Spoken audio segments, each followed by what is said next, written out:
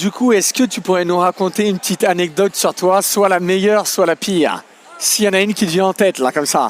On en a toujours, on en a toujours. Alors, ouais, j'en ai quelques-unes.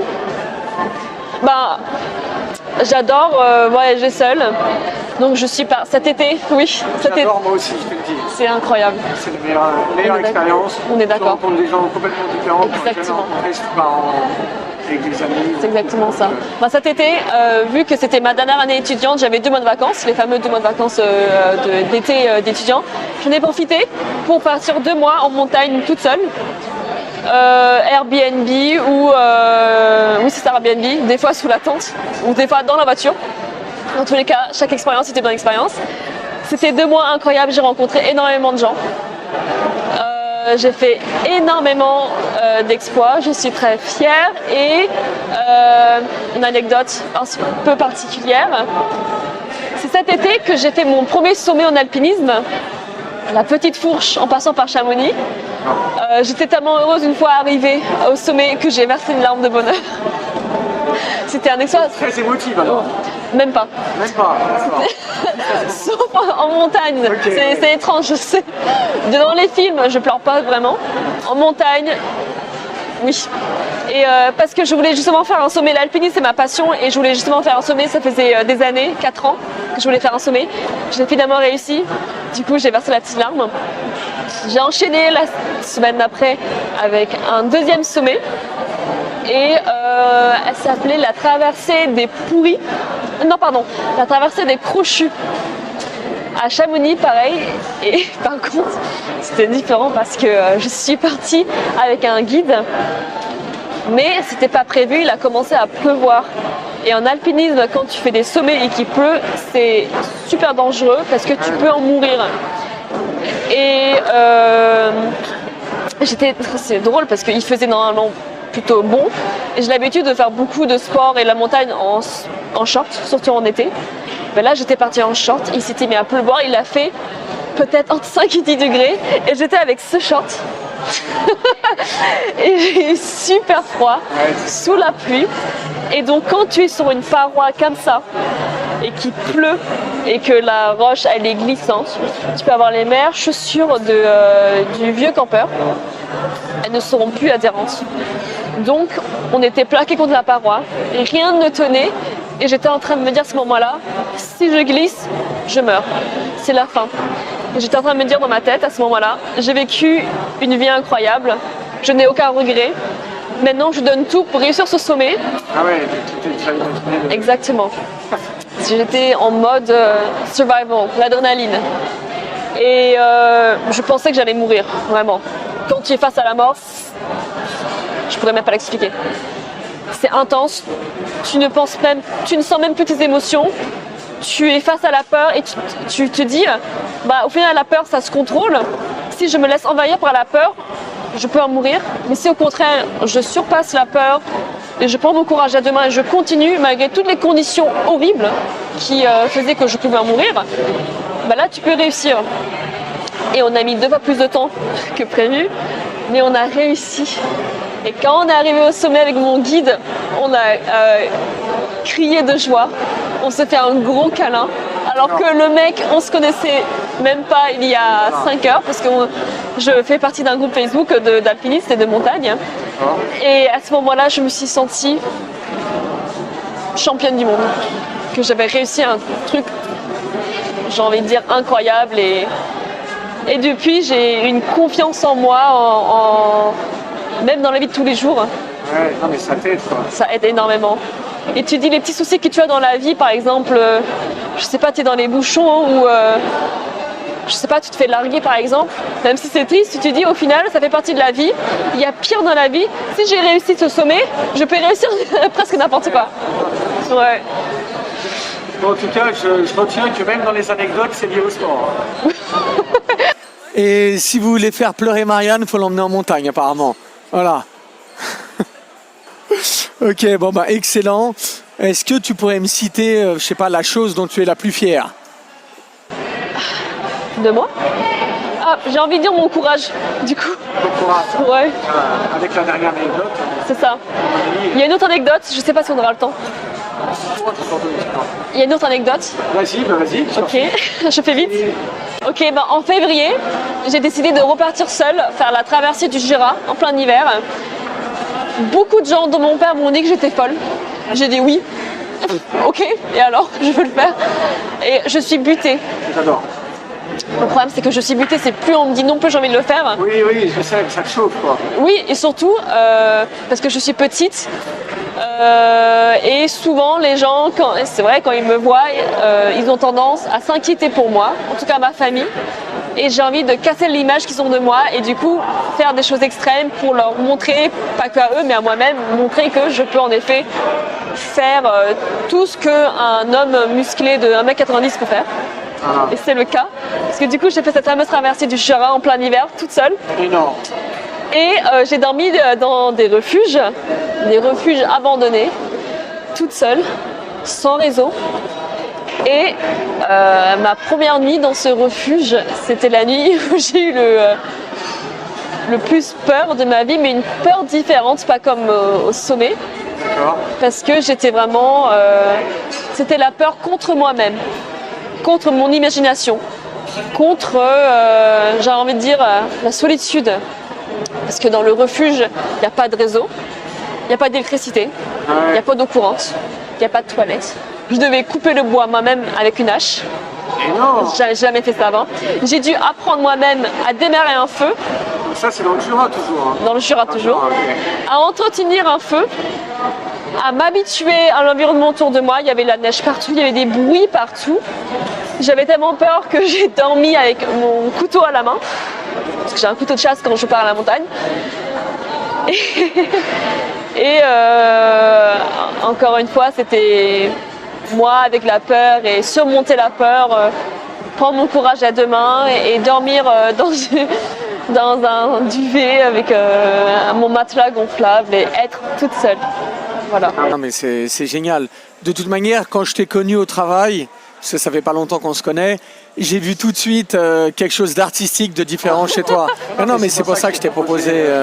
Je t'ai proposé qu'on puisse faire ça, c'est super intéressant. Mais en tout cas, du coup, alors maintenant, est-ce que les gens, ils reconnaissent enfin ou ils disent ouais, t'en as pas fait assez Je pense que quand j'en raconte mes récits à la montagne, je pense que maintenant ils se disent que même si je suis toute petite et même si sous mes tenues de travail j'ai l'air toute fine, qu'au final la meuf, elle a du mental. En tout cas, j'espère. J'espère. Hein. Ça se voit tout de suite, de toute manière. Du coup, Alban, il en apprend énormément aussi, j'imagine. Mais c'est pour ça que, en fait, c'est ce que je dis. C'est pour ça que j'aime bien faire ce genre d'interview, parce que tu peux découvrir la personne sous une autre personnalité. C'est ça qui est intéressant. Pas seulement sous le prisme du sport, qui est une de tes spécialités. Du coup, est-ce que tu peux nous dire aussi, c'est quoi tes autres passions ? Je pense que j'ai tout dit. Ma vraie passion, c'est la montagne. Tout ce qui touche à la montagne, c'est-à-dire l'alpinisme, la rando, l'escalade, canyoning, via ferrata, VTT, vélo de route, spéléo. J'essaie de passer le tennis de table. Hein. Pas vraiment. Pas vraiment. On fera un petit cours une fois. Avec plaisir. La spéléo, c'est super sympa. Je pense que j'ai tout dit. Ouais. Non, mais bon. Donc en gros, si on est avec toi, il faut s'accrocher quoi. Oui. Poursuivre, voilà, c'est ça. Pour les prétendants, c'est dur. Hein.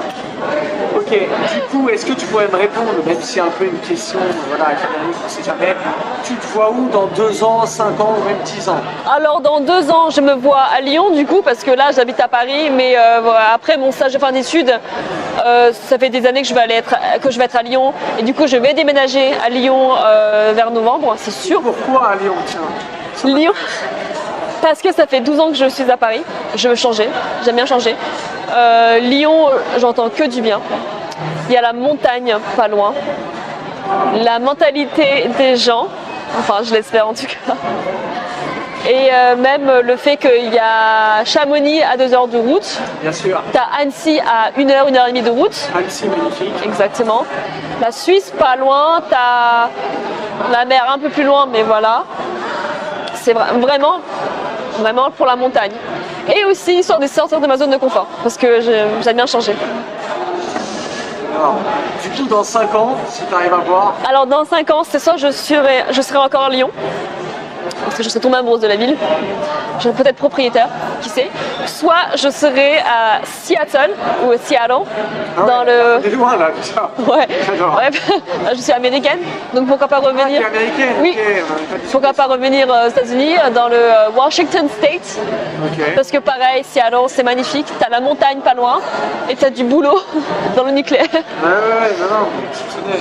Et apparemment, j'entends dire que la mentalité des gens, elle est super cool. Les gens sont sympas. T'as vécu un peu aux États-Unis où tu vas souvent? Alors j'ai grandi au Texas, à Houston, rien à voir avec... J'ai été là-bas, c'est pas mal. C'est vrai? Moi j'étais à Austin aussi. C'est bien Austin. Hein. Austin, et j'étais à une petite ville pas loin de Houston, Fort Haute, pendant. Je connais pas. C'est vraiment un petit truc, ouais. Voilà. Tu vérifierais en récit. Ok. Bah voilà, j'étais à Houston de 3 à 13 ans.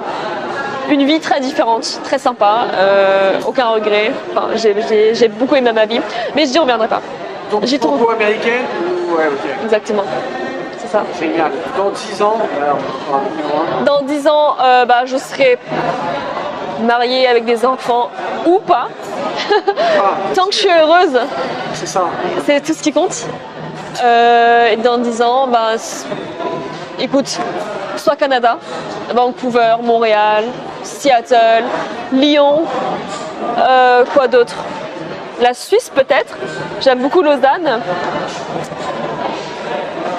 Que des villes plus ou moins proches de la montagne. Du coup, déclaration de demande en mariage, peut-être en altitude, en montagne. Ah oui, exactement. Ouais. Ah, tout à fait. Ouais. Mais en haut du Mont Blanc, sur un glacier, mais oui. Sur un sommet. Ok. Là, une petite question. Si tu pouvais changer une chose dans le monde, ça serait quoi? J'ai jamais... Voilà. Je sais pas. Attends, il faut que je réfléchisse. Ah oui, il faut réfléchir là. Je me suis jamais posé cette question. Du coup, c'est une bonne question. Ouais. J'ai envie de dire... Je sais pas, que les gens soient plus courageux, plus heureux. Je sais pas, je lie le courage au bonheur, donc je me dis que s'ils se poussent un peu plus, s'ils se dépassent un peu plus, s'ils osent, comme j'ai osé avant, ça peut vraiment les aider. Voilà, tout simplement. On n'a pas fait comme un BFM, j'ai pas envoyé les questions en avance. Hein. C'est vrai que c'est au feeling quand c'est une question comme ça. Merci en tout cas. Du coup, est-ce que tu as des modèles ou des inspirations des personnes On a toujours des... J'ai envie de dire, pas vraiment. Pas vraiment. Non. Bon, Non mais c'est... Ouais, non. Il y a des gens que j'admire. Si. J'ai une amie d'accord. qui s'appelle Lola Pagerie. Je sais jamais voir l'interview, elle sera honorée parce qu'elle a dit qu'elle m'admire et moi j'ai dit que non, moi je l'admire. On pourra peut-être aller là à ça. Donc Lola. C'est une fille incroyable et disons que j'avais l'habitude toute ma vie de faire ma passion toute seule. Voilà. Je l'ai rencontrée il y a 1 an et c'est la première fille qui a pu m'accompagner dans toutes mes passions. Et en plus de ça, me dépasser parce qu'elle est super forte. Et en plus d'être forte, elle est bienveillante. Et elle a vraiment ce côté, une tendresse que même moi je n'ai pas.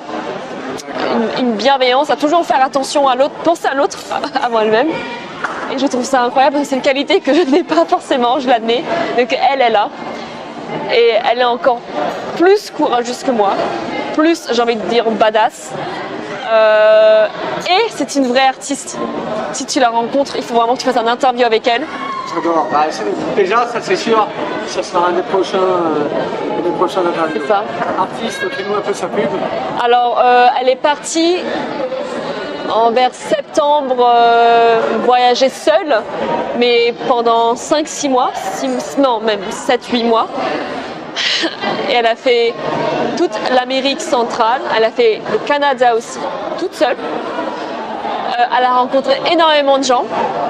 Elle fait beaucoup de photographies. Elle l'admet pas, mais elle a un vrai talent. Si tu veux, je te montrerai son Instagram, des photos incroyables de surf. Elle fait beaucoup de surf, elle fait montagne et surf. Et en plus de ça, elle travaille à côté, enfin pas en travail. Disons que c'est une vraie artiste, donc elle fait beaucoup de design. Elle design des planches de skate, des planches de surf, où elle fait des sur sa tablette, elle fait comment dire des logos pour des amis gratuitement. Ouais.